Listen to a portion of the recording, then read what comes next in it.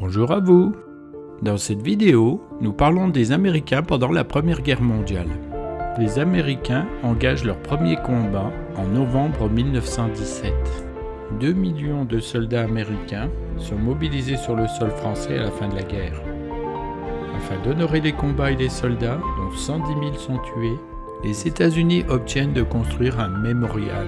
Le choix est entériné sur la butte de Montsec, parce que c'est dans ce secteur qu'ont lieu plusieurs de leurs combats, et que ce lieu domine la ligne de front, avec notamment le saillant de Saint-Mihiel.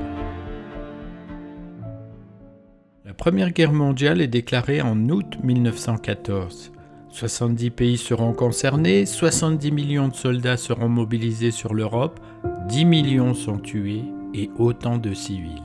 La coalition alliée, formée au départ de la France, du Royaume-Uni et de la Russie, s'oppose sur 3 fronts à l'Allemagne, associée à l'Autriche-Hongrie et à la Turquie.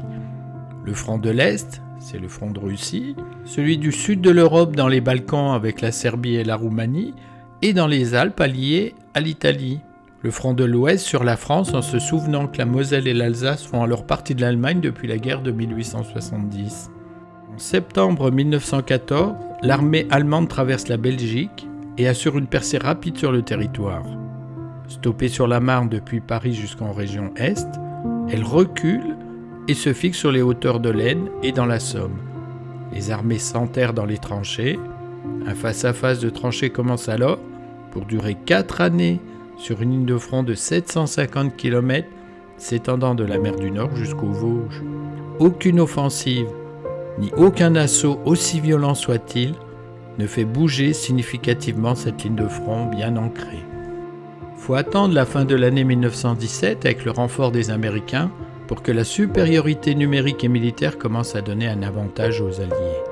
Cependant, l'armée allemande reste offensive au point d'enfoncer le front dans la Somme au printemps 1918 et progresse à nouveau vers Paris. La seconde bataille de la Marne met fin à cette percée en juillet.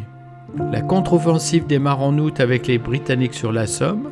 En septembre 1918, c'est la contre-offensive dans la Meuse, avec l'objectif assigné aux millions d'hommes américains stationnés de faire sauter, c'est-à-dire reconquérir le saillant de Saint-Mihiel, cette avancée de 20 km dans le dispositif français, puis de contrer les Allemands qui veulent encercler Verdun.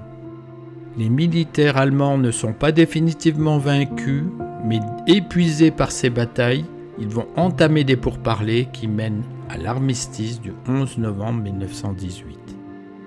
La butte de Montsec est choisie pour ériger un monument unique, symbole de l'aide entre les armées françaises et américaines, et commémorant les offensives américaines, principalement sur le saillant de Saint-Mihiel où ils ont été nombreux.